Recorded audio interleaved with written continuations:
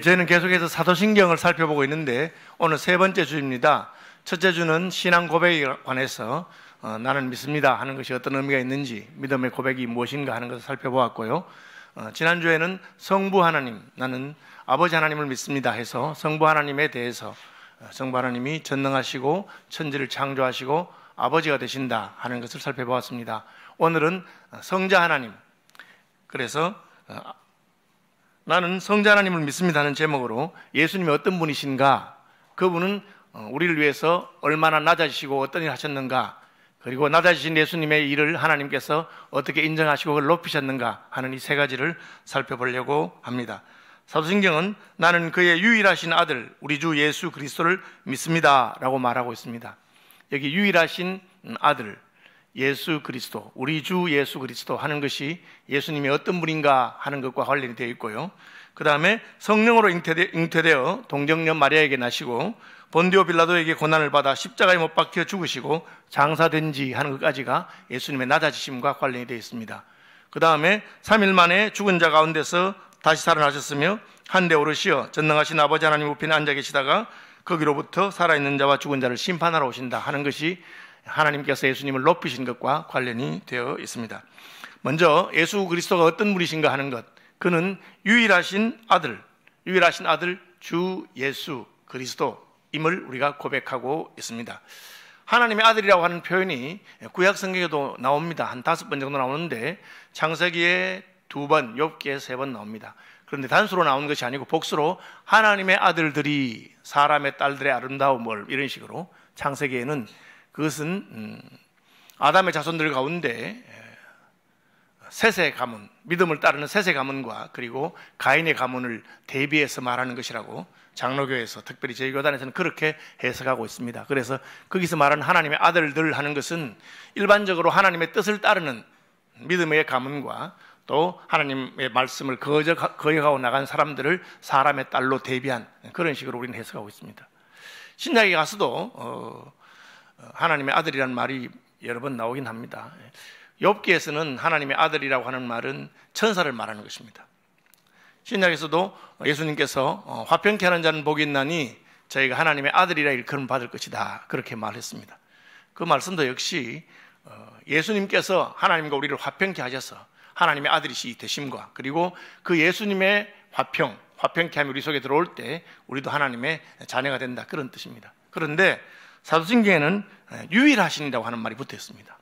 단수로 그의 유일하신 아들이라고 하는 말이 있습니다. 그 말은 그냥 일반적인 의미의 하나님의 아들이라는 게 아니고 하나님의 유일하신 아들, 하나님께서 낳으신 한 분뿐이신 아들이라는 뜻입니다. 그 의미는 오늘 우리가 읽은 본문인 빌립보서에서 분명하게 말하고 있습니다. 빌립보서 2장 6절에 그는 근본 하나님의 본체시나, 그렇게 되어 있습니다. 근본 하나님의 본체시나, 그는 원래부터 근본적으로 하나님의 본체시다, 그 말입니다. 그래서 우리는 여기서 유일하신 하나님의 아들이란 말은 하나님과 같으신 하나님이신데 아들이 되셨다, 그것을 말하고 있습니다. 하나님의 유일하신 아들이란 말은 히브리어에 의해서는 아들이라고 하는 말이 아버지와 아들이 같다는 것을 말할 때 씁니다. 몇천 번 나옵니다, 누구의 아들이란 말이. 그런데 그 뜻은 아버지와 아들이 같다는 겁니다. 우리말로 하자면 욕을 할 때 강아지라고 하죠. 강아지 말고 개 뭐라 하잖아요. 그 말은 강아지라는 뜻이 아니고 개 같은 놈이라는 뜻입니다. 성경에도 독사의 자식들아, 그 말은 작은 독사라는 뜻이 아니고 독사 같은 놈, 그런 뜻입니다. 그래서 예수님이 자신을 하나님의 아들이라 했을 때 유대인들은 그것을 신성모독이라고 생각했습니다. 네가 사람이 되어서 어떻게 하나님의 아들이라고 하느냐, 하나님과 자신을 동등하게 취급하느냐. 그래서 유대인들이 예수님을 신성모독죄로 고발하고 예수님을 십자가에 못 박아 죽게 한 것입니다. 예수님이 자신을 나는 사람의 아들이라 하셨을 때 그것은 자신이 온전한 사람인 것을 말씀한 것입니다. 하나님의 아들이란 말은 자신이 하나님이신 것을 말씀한 것입니다. 사도신경은 특별히 예수님의 신성에 대해서 고백하면서 유일하다 하는 말을 붙여서 나는 그의 유일하신 아들, 하나님의 유일하신 아들을 말하고 있습니다. 이것은 예수님께서 하나님 되심을 말하고 있습니다. 유일하다고 하는 말이 붙었기 때문에 아무나 아들이 될 수가 없겠죠. 오늘날 많은 이단이나 적그리스도와 같은 이들이 자신이 마치 하나님의 아들, 재림 예수인 것처럼, 자신이 예수님과 동격인 것처럼 말하는데, 그것은 사도신경에 그의 유일하신 아들이라고 하는, 그 유일하다고 하는 말에 걸려서 잘못되는 것입니다. 유일하신 아들은 예수님이십니다. 하나님의 유일하신 아들 예수님. 그래서 문선명이나 정명석이나 이만이나 많은 이단들이 자신이 마치 예수님과 동격인 것처럼, 재림 예수님처럼 말하는 것은 잘못된 것입니다. 왜? 교회는 처음부터 예수님께서 하나님의 유일하신 아들인 것을 고백하기 때문에 그렇습니다. 그들은 생각하기를 우리 교주도 깨달음을 받았기 때문에 무슨 하나님이 될 수 있다, 그렇게 생각하는데 절대 그럴 수 없습니다. 예수님이 하나님이신 것은 그가 원래 사람이셔가 아니라 하나님이셨기 때문에 그렇습니다. 그래서 그의 유일하신 아들이라는 말은 예수님이 하나님이시다 하는 것을 말하고 있습니다. 여러분, 예수님께서 하나님이신 것을 믿으시기 바랍니다. 이것은 그냥 믿을 수 있는 것이 아니고 하나님께서 우리 마음에 믿음을 주셔야 되는 겁니다. 사람을 어떻게 하나님으로 믿을 수가 있겠습니까? 그분은 유일하신 하나님의 아들이십니다. 그 다음에 예수님에 대한 고백은 무엇입니까? 우리 주라고 하고 있습니다. 주. 이 주라고 하는 말은 왕이라고 하는 말입니다. 예수님이 우리의 왕이시다, 우리의 주인이시다 하는 말입니다. 로마서에서 바울은 성령으로 말미암지 않고는 예수를 주시라 할 수 없다, 그렇게 말했습니다. 아니, 우리는 자유로운 사람인데 예수님이 우리의 주란 말은 뒤집으면 나는 그분의 종이란 말입니다. 노예라고 하는 뜻이죠.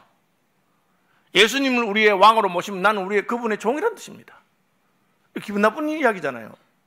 여러분, 예수님을 나의 주님이요 왕이라고 고백하는 것이 전혀 기분 나쁘지 않고 그대로 받아들여진다면 그것은 성령의 은혜입니다. 로마의 황제들은 자신만이 주이고 왕이기 때문에 자기 외에 누구도 주가 왕이 될 수 없다고 생각했습니다. 초대교회가 핍박받은 이유는 이들이 반역을 꾀하고 있다. 우리에게는 가이사가 유일하신 왕이요 주이신데 예수라고 하는 사람을 자신들의 왕과 주로 섬기기 때문에 그 사람들은 불온분자들이다, 그렇게 몰아붙였습니다.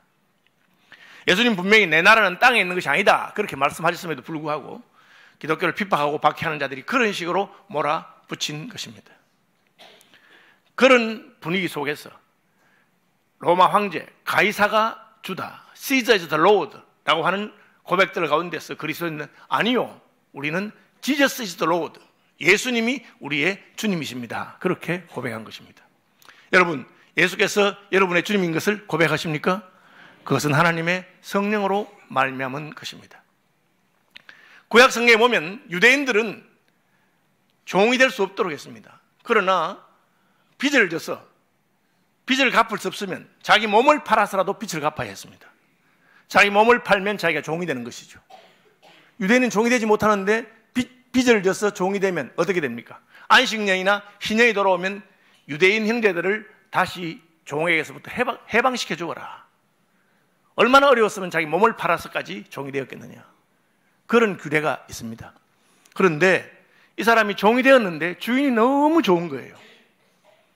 그래서 나는 이제 해방될 수 있는데도 불구하고 나는 해방되지 않겠다, 나는 그냥 우리 주인을 섬기며 살겠다, 그렇게 생각하는 사람들이 있습니다. 그런 경우에는 그 사람을 데리고 와서 문에다가 문설주에 대고 그의 귀에 구멍을 뚫습니다. 구멍을 뚫는 것은 나는 스스로 자원해서 종이 되겠다, 그렇게 하는 것입니다.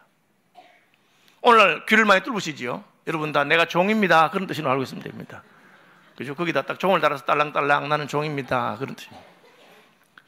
바울은 자신이 예수님의 종이라고 편지 쓸 때마다 그렇게 말합니다. 그는 스스로 종이 되었습니다. 왜?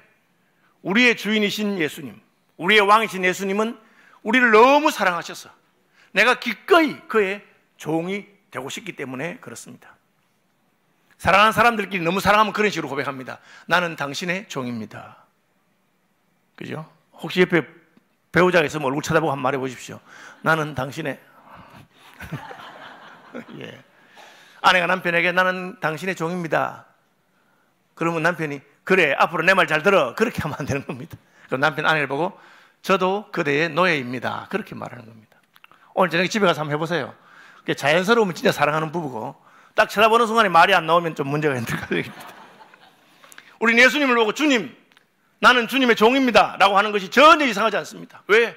그분은 우리를 너무 사랑하시고 그분은 주인이시지만 종을 위해서 자기의 목숨을 아끼지 아니하고 바치신 분이기 때문에 그렇습니다. 그래서 우리는 예수님 우리의 왕이라고 부르기를 부끄러워하지 않고 우리가 그분의 종인 것을 부끄러워하지 않는 것입니다. 찬송가 있죠? 우리 찬송가 38장 한번 같이 불러보면 좋겠습니다. 예수 우리 왕이여, 예수 우리 주시여, 나는 그분의 백성이며 우리는 주님의 종입니다 라는 고백을 담은 찬송입니다.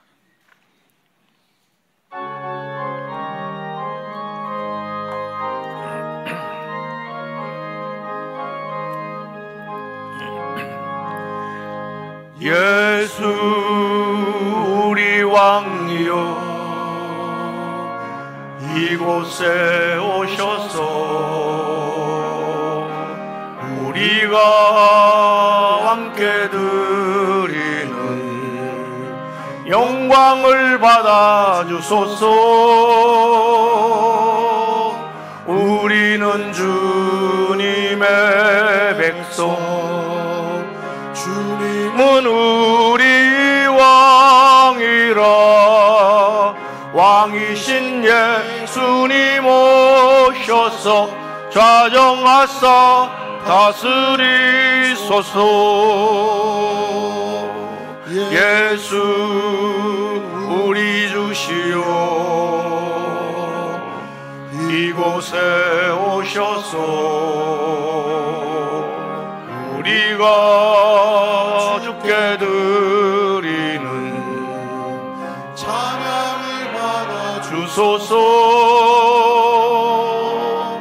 우리는 주님의 종들, 주님은 우리 주시라. 주 대신 예수님 오셔서 이 찬양을 받아주소서.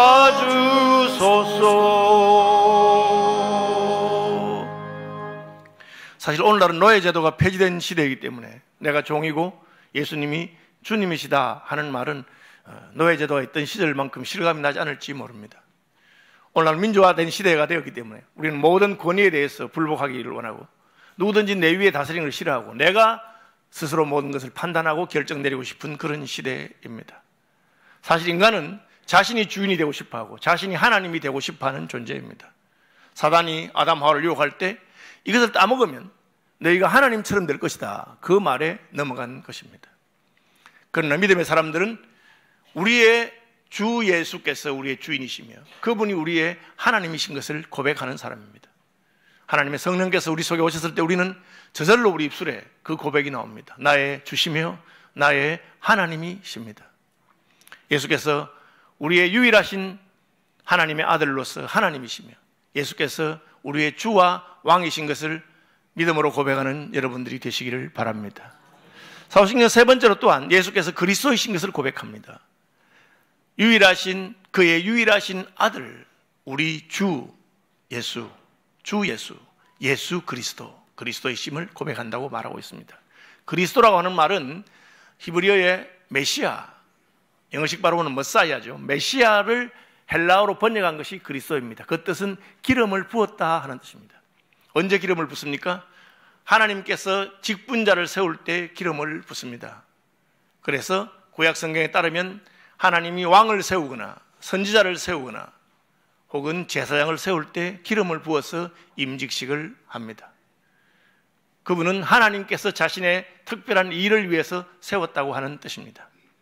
하나님께서는 메시아를 우리에게 보내신다고 하셨습니다. 메시아는 하나님이 기름 부으셔서 이 세 가지 직분을 우리를 위해서 감당하시는 분이십니다. 그는 선지자로서 하나님의 뜻이 무엇인지를 우리에게 알려주시는 분입니다. 옛적에 우리 조상들로 여러 부분과 여러 모양으로 선지자들로 말씀하신 하나님께서 이 모든 날 마지막에 아들로 우리에게 말씀하셨다고 하고 있습니다. 그것은 예수님의 선지자 직분을 말합니다. 그래서 우리는 예수님의 다른 이름을 말씀이라, 태초에 말씀이 계시니라, 이 말씀이 하나님과 함께 계셨으니 이 말씀이 바로 하나님이시다. 예수님은 하나님이 어떤 분인지를 우리에게 알려주는 말씀으로서 기름 부은 선지자의 직분을 감당하시고 하나님의 계시를 완성하신 분이십니다. 예수님은 또한 왕으로서 하나님의 통치가 어떠한 것을 우리에게 보여줍니다. 세상의 왕들의 통치와 다른 자기 백성을 사랑하여 백성을 위해서 자기 목숨을 아끼지 않는 참된 왕의 통치를 보여주시는 분이십니다. 그리고 예수님은 또한 제사장으로서 자기 자신을 하나님이 받으시는 온전한 제물로 드리셔서 우리의 죄를 사해 주시는 분이십니다. 그래서 예수님은 우리의 구원자가 되셨습니다.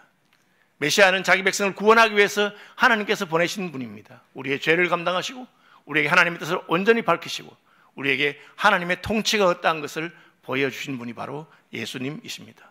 그래서 사도신경은 예수께서 우리의 그리스도, 예수가 그리스도이신 것을 고백하고 있습니다. 구원받은 모든 이들은 그 입술에 주님이 나의 그리스도인 것을 고백합니다. 주님이 나의 구주시며 주님이 나의 인도자와 말씀이 되시고 주님께서 나의 통치자가 되시는 것을 고백합니다. 다시 한번 정리합니다. 사도신경은 유일하신 하나님의 아들, 곧 예수님께서 하나님이신 것을 고백하고 예수님께서 우리의 주인과 왕이 되시는 것을 고백하고 예수님께서 우리의 메시아, 구주가 되시는 것을 고백하고 있습니다. 이 고백은 최소한 1500년 5세기경에 이미 사도신경의 초경태가 나타났습니다. 나타나지 않아도 기록은 없지만 그 위로 올라간다면 2000년 된 고백입니다. 전 세계 수십억의 인구들이 오늘날까지 또한 2000년 동안 변함없이 고백하는 바가 무엇입니까? 예수님은 하나님이시다. 예수님은 우리의 왕이시다. 예수님 우리의 구주이시다.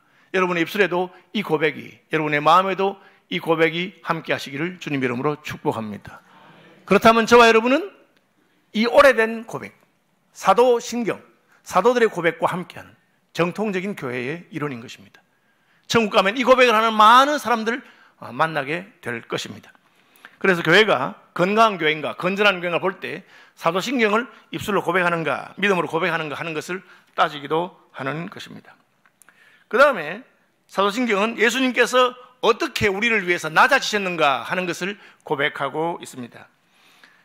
그는 성령으로 잉태되어 동정녀 마리아에게서 나시고, 이 말은 성육신을 말하고 있습니다. 예수님은 하나님의 유일하신 아들로 하나님이 낳으신 분입니다. 그런데 왜 다시 사람인 마리아가 낳아야 했습니까? 예수님은 사람이 되기 위해서 마리아에게서 낳으셨습니다. 그는 왜 동정녀에게서 탄생하셨습니까? 그것은 아버지가 없이 태어나기 위함입니다. 인류의 아버지인 아담의 범죄함으로 말미암아 인류는 죄의 결과를 우리 몸에 지고 태어나게 되었습니다. 우리는 그것을 원죄라고 합니다. 예수님은 아버지가 없이 태어나시고 그럼에도 불구하고 사람이 되실 수 있도록 동정녀 마리아를 통해서 탄생하게 하셨습니다. 예수님의 동정녀 탄생은 예수님에게 쓰는 큰 헌신과 큰 희생이라고 할 수가 있습니다. 물론 십자가가 예수님의 희생이요 고난이었지만 하나님이 사람이 되신다는 것은 있을 수가 없는 일입니다. 만약 여러분에게 하나님대로 하면 되지 않을 사람이 누가 있겠습니까? 많은 종교의 지도자들이나 탐구자들이, 수도가들이 어떻게 하면 신의 경지에 올라갈 수 있을까? 그것을 추구해서 수고하고 수행하고 공부하고 합니다. 그러나 성경은 그것이 불가능하다고 합니다. 하나님과 사람 사이에 있는 간격을 인생이 넘을 수가 없습니다. 내 길은 내 길과 다르다. 내 생각은 내 생각과 다르다. 하늘이 땅에서 높은 같이 다르다. 그렇게 성경이 말합니다. 그래서 사람은 하나님이 될 수 없습니다. 그런데 하나님은 사람이 되실 수 있습니다. 하나님이 왜 사람이 되겠습니까? 될 이유가 전혀 없잖아요. 그런데 예수님께서는 하나님으로서 사람이 되셨습니다. 왜요? 사람이 되셔야만 죽으실 수 있기 때문에요. 사람이 되셔야만 우리와 서로 사랑할 수 있기 때문에 그렇습니다. 예수님께서는 하나님 아버지 뜻을 따라 사람이 되셨습니다. 이는 그가 사람의 대표가 되시고 우리와 함께 하시기 위해서입니다. 그는 우리의 연약함을 체휼하지 아니하시는 분이 아니라고 개역성경 번역 히브리서에는 그렇게 말하고 있는데, 이 체휼이란 말 저는 참 좋아합니다. 체휼이란 말은 체험해서 긍휼히 여긴다 그 말입니다. 사람이 되어 보셨기 때문에 사람의 연약함과 사람의 고통을 아신다 그런 뜻입니다. 예수님은 사람이 되셨기 때문에 인생의 연약함을 아시고 배고픔도 아시고 피곤하심도 아셨습니다. 그는 우리 연약함을 체휼하지 않는 분이 아니시다. 다만 죄는 없으신 분이라고 하셨습니다. 하나님께서 세포 단위로 오셔서 마리아의 몸에 잉태되셨습니다. 그리고 아기로 태어나셨습니다. 아기 예수님이 태어났을 때 사탄은 헤롯을 시켜서 베들레헴 지경에 2살 아래로 다 사내 아이를 죽이려고 했습니다. 예수님은 부모님과 함께 이집트로 도망갈 수밖에 없었습니다. 왜? 사람으로 태어나시고 아기로 태어나셨기 때문에 그렇습니다. 하나님이 사람에 의해서 쫓긴다는 것은 말이 안 되죠. 그런데 그런 일이 있었습니다. 그것은 예수님이 약해지고 상처받을 수밖에 없는 그런 존재가 되신 것을 말합니다. 하나님이 사람이 되신 것, 그것은 예수님의 큰 순종이요 큰 희생이라고 할 수가 있습니다. 사도신경은 그것을 고백합니다. 예수님은 동정녀 마리아에게서 잉태하셔서 탄생하셨다. 성령으로 잉태하시고 동정녀 마리아에게서 탄생하셨다고 하고 있습니다. 그것이 우리가 고백하는 신앙 고백서가 우리에게 알려주는 바입니다. 여러분, 이것은 예수님이 말할 수 없는 사랑입니다. 또한 예수님께서는 십자가에 못 박혀 죽으셨습니다. 사람이 되셨기 때문에 죽으신 것입니다. 하나님은 죽으실 수가 없습니다. 하나님은 시험을 받거나 유혹받지도 않으십니다. 이 사람이 되신 것은 33년 동안 잠깐 사람의 몸을 빌리신 것은 아닙니다. 그렇게 주장하는 사람들도 있었습니다. 그것을 우리는 가현설이라고 합니다. 예수님이 진짜 사람이 된 게 아니고 잠깐 동안 그냥 사람의 모습을 빌리셨다. 그렇지 않습니다. 초대교회로부터 오늘날까지 정통교회가 고백하는 바는 예수님에게는 신성과 인성이 함께 있다. 그것을 우리는 신인양성이라는데, 예수님은 하나님이시지만 동시에 사람입니다. 33년 동안 사람이 아니고 영원히 사람이 되신 것입니다. 제가 어느 교회 수양에 가서 그것을 가르쳤는데, 그 교회 그 부목사님이 따로 저를 만나서, 아니 목사님, 예수님이 그럼 지금도 사람이란 말씀입니까? 예, 예수님은 지금도 사람이십니다. 지금도 하나님이신 동시에 사람이십니다. 놀라운 은혜죠. 왜요? 사람인 저희를 사랑하시기 때문에 그렇습니다. 사람을 위해서 죽으시기 위해서 사람이 되신 것입니다. 예수님의 죽음은 십자가에 달려 죽은 죽음인데, 유대인들은 나무에 달려 죽은 자마다 하나님의 저주를 받았다고 생각하는 전통이 있습니다. 성경에 그렇게 말했습니다.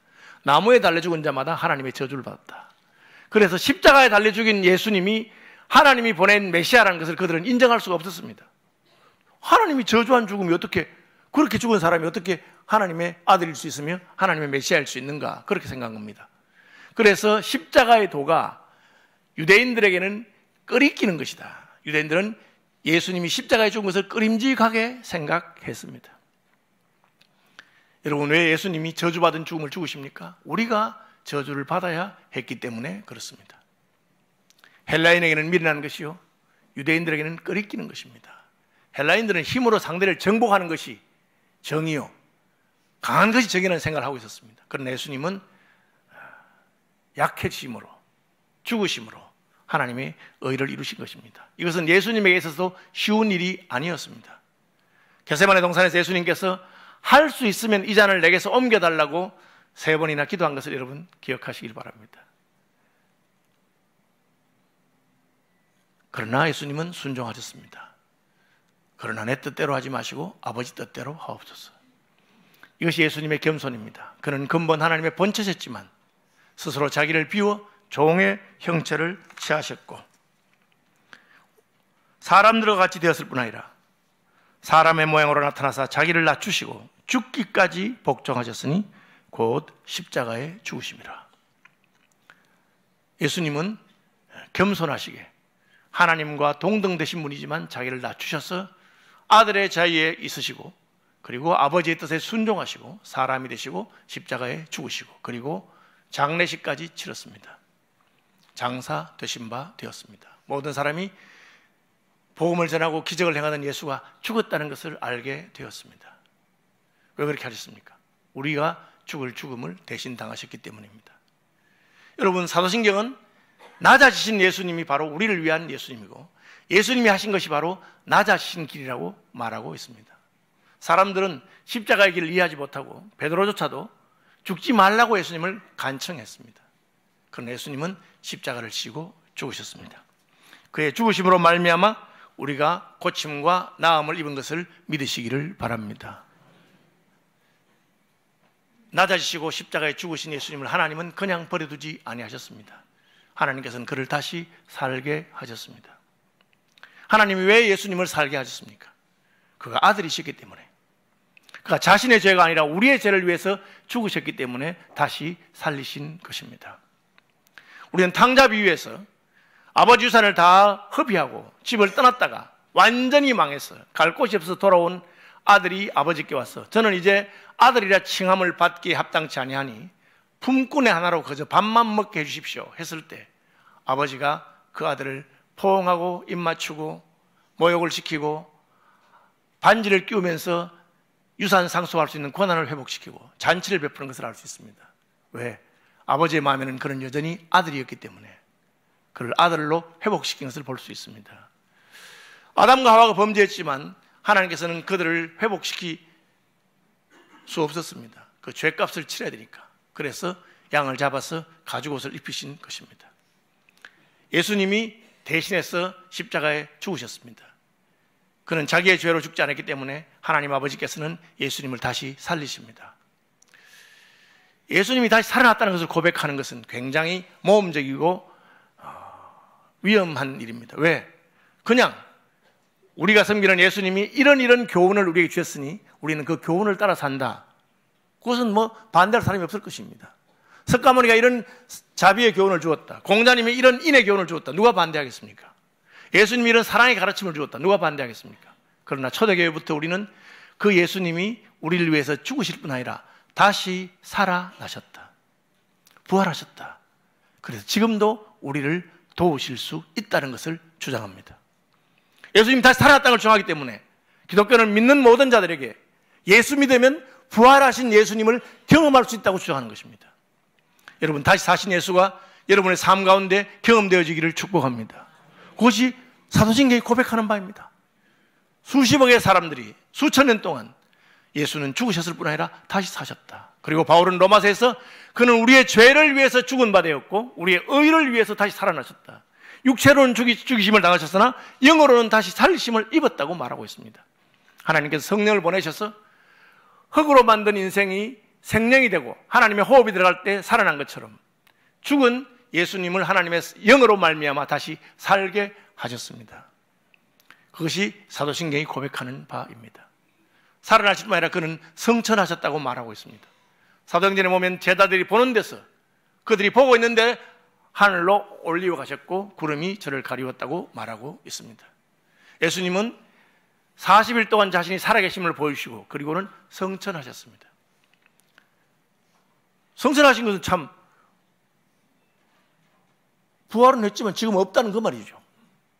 예수님 부활했는데 근데 올라가 버리셨어. 지금 안 계셔. 그러니까 그럼 뭐 계신다는 건 무슨 뜻이 있냐 이런 식으로 주장할지 모릅니다. 근데 실제로 그렇게 성경 기록하고 그것을 믿습니다. 왜? 성천하신 건 끝이 아니기 때문에 하나님 보좌 우편에 앉으셨습니다. 오순절날 성령이 강림했을 때 베드로는 이렇게 말합니다. 도대체 이게 뭘까? 우리는 술에 취해서 이렇게 하는 것이 아니다.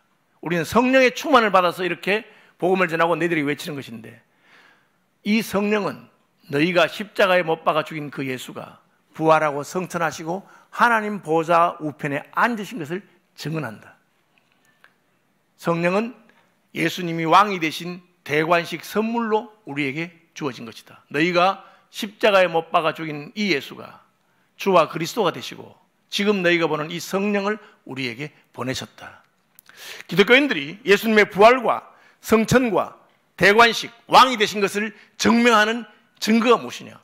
그것은 믿는 자에게, 너희와 너희 자손과 모든 믿는 자에게 주시는 하나님의 성령입니다. 여러분께서 하나님의 성령의 역사를 체험하고 성령으로 충만함을 입을 때 우리는 마음속으로부터 예수를 주시라고 고백하고 예수님이 지금도 살아계신 것을 고백하게 되는 것입니다. 오래된 고백입니다. 5세기에 이미 나타나 있는 그 이전부터 고백해왔던 예수가 부활하시고 그 부활하셨기 때문에 지금 우리에게 성령을 보내시는 것입니다. 서울시민교회 모든 성도들이 하나님의 성령으로 충만하게 됨을 입어서 부활하시고 살아계신 예수께서 내게 성령을 보내셔서 나로 주의 말씀을 깨닫게 하는구나. 마치 엠마오로 가던 제자들이 예수님 부활하신 것을 알지 못하고 대화하다가 어느 순간에 그가 예수님인 것을 깨닫게 되고 그가 우리에게 말씀을 풀어주실 때 우리의 가슴이 뜨거워진 것이 아니냐라고 고백한 것처럼 하나님의 성령께서는 우리로 간절하게 하고 우리로 뜨겁게 하고 우리로 하나님 말씀을 믿게 하고 예수의 부활을 확신하게 하시는 것입니다. 부활하신 예수님께서는 우리의 소망이 되십니다. 어떻게 소망이 되십니까? 그는 재림 예수로 다시 오실 것입니다. 그가 오실 때는 그는 우리의 심판주가 될 것입니다. 거기로부터 산자와 죽은 자를 심판하러 오실 것을 사도신경은 고백하고 있습니다. 하나님께서 모든 이름 위에 뛰어난 이름을 주셨다고 빌립보서는 말하고 있습니다. 여러분, 세상의 재판이 잘 믿어집니까? 지금 우리나라에도 많은 재판들, 지금 정치권에서 논란되는 재판들이 있습니다. 또 탄핵 때문에 헌법재판소에서 지금 판단을 하려고 하고 있습니다.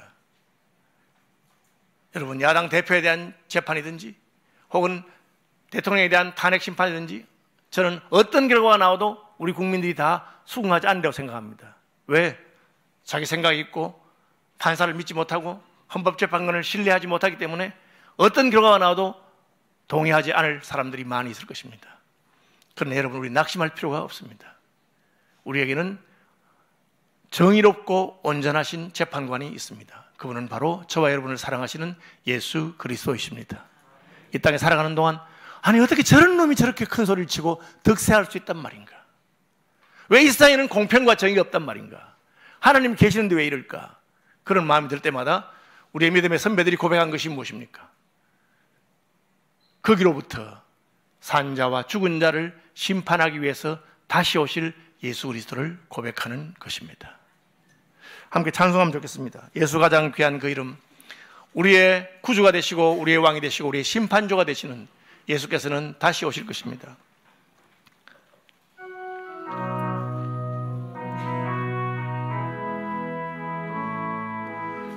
예수 가장 귀한 그 이름, 예수 언제나 기도 들으사 오 예수 나의 손 잡아주시는 가장 귀한 그 이름,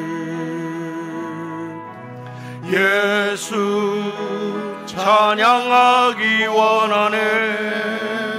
예수 처음과 나중 되시는 오 예수 날 위해 고통당하신 가장 귀한 그 이름, 예수 왕의 왕이 되신 주 예수 당신의 끝없는 사랑 오 예수 목소리 높여 찬양해 가장 귀한 그 이름. 예수님께서는 하나님이시면서 사람이 되셔서 우리를 위해 죽으시고 그리하여 우리의 마음으로부터 우리의 주와 왕으로 고백을 받으신 분입니다. 이 예수 그리스도의 통치가 저와 여러분의 삶 가운데 온전히 임하시기를 주님의 이름으로 축복합니다.